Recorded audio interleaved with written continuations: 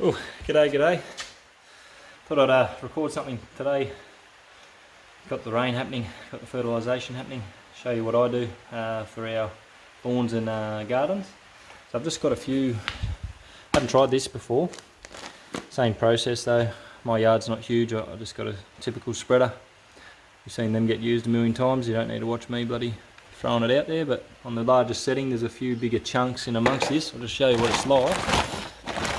Very similar to that Mowing over in the States that you see, just at first glance. Just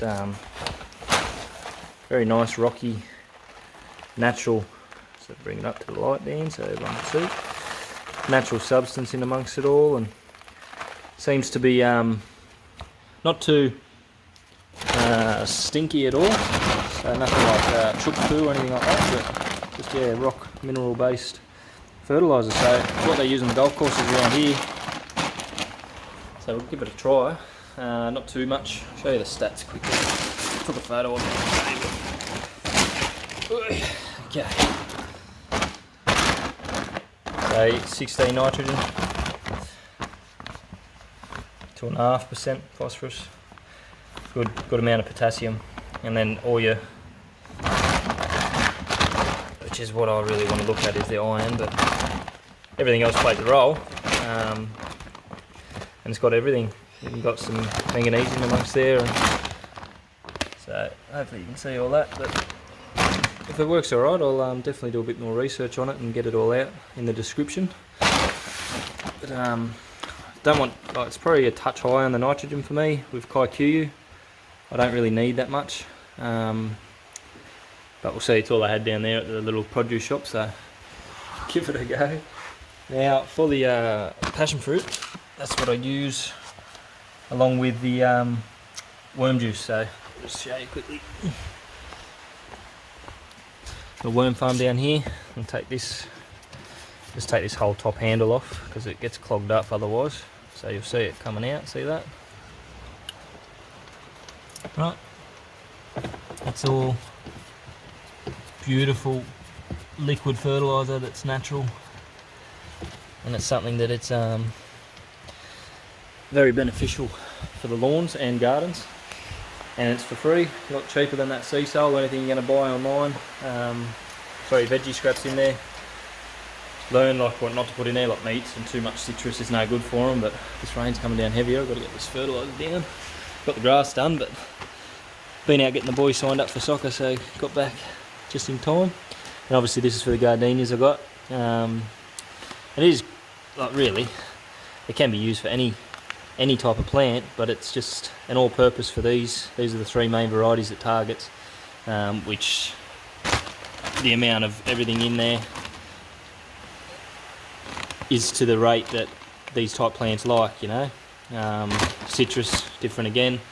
It's something that little bit more acidic, and you learn all that. If you need to know, comment below, I'll let you know. But all of it all adds up, and it has its place. But we'll just get them done. They're looking a lot better.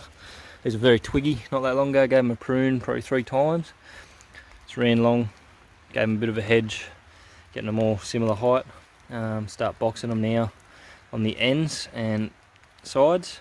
Let the tops grow up a bit. Want to get them to at least these box heights, maybe a touch higher. They can go up to 1 metre, so if we can go higher, it'll look nice, but depends how long we're here for too. So we'll get that fertilised. Doesn't really need too much. Just going to help bring on any flowers if we can get them happening again before winter. Got a little gardenia at the back. Put a little bit in that mango tree. I'll sit him out in the rain. We're meant to get a week's worth of rain, if not 10 days worth. So it's going to be interesting with the lawns. Get everything sorted for that. So I'll spread all this and get back to you. Hopefully you got something from yesterday's video in regards to social media and what we do and how we have developed it over the time. Again, I could spend, face this way so you can see me. I could spend 2 hours, 3 hours just really going into the nuts and bolts of it, but again, any questions that come through, everyone has a different question, so it works out good. Whether it's commenting on Instagram, Facebook or YouTube, I can get back to everyone in regards to their specific needs and what they want to find out, because it's a vast array of what different processes you could use, different times to post, so many different things you could do, depending on your type of work too. It works for just about any industry, because I've tried it when I was doing more handyman stuff than yard stuff. Same concept applied, same results happen. So all of it's applicable, all of it's relevant. So follow along and we'll keep helping you along this journey. But again, I don't know everything, I'm never going to. I'm still trying to work out our next step, our next stage, and what we're going to do, and what exactly the plan is going to be. It's always chopping and changing, and it depends on your situation. So if you can afford to branch out and do it, it's worth it. If you've got the money behind you to do it, I'd suggest investing heavily in quality equipment. Really find out what's going to be working best in your business, and go from there. It's a good starting point. But really, yeah, you can talk about the speed, the skill, everything else that's required to get these 20 plus lawns done a day, every day consistently. But you need the gear too, and you need to be charging the right amount, and that amount might change, because from when I first started to now, it's 3-4 times what I originally started off at, because you're trying to win work, didn't know exactly what you were doing price wise, trying to feel the market out, seeing and then after a while you think, no, I'm not doing it any cheaper because it's worth that. And then, yeah, stick to your guns. People come on board, people go away, that's fine. So anyway, enough jibber jabbering, let's get on to fertilising and enjoy this rain. Thanks for watching, goodbye.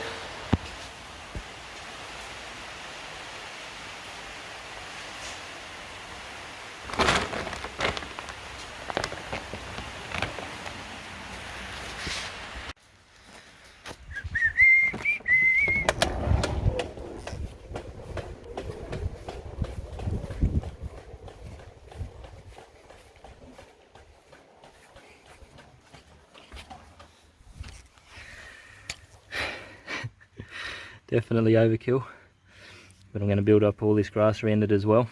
Remulch, won't get wasted, will get used up.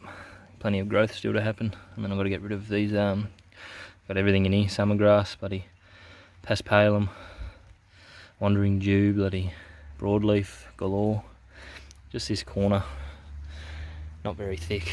The rest of the lawn all good. Just this main corner. Let it all grow in, and then I'll knock the weeds on the head. So on that back edge doesn't get much sun as well, right up along. So I hose all this in, and got some potash up under there. Put some in the lawn too, in a couple of little spots where just interested to see what it'll do. So we'll keep you posted. Get some footage of it all once it's all firing, probably a week and a half's time. After all the rain, then the sun will come back out and you'll really see the results properly. 10 days worth of rain, it's going to be pretty suppressed and washed in. That's why I want to get in today. Tomorrow's going to be semi-sunny.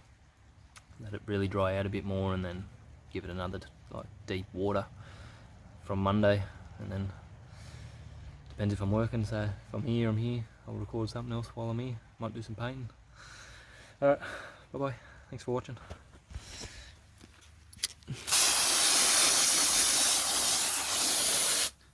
Wash it off the leaves too, otherwise you'll get burned.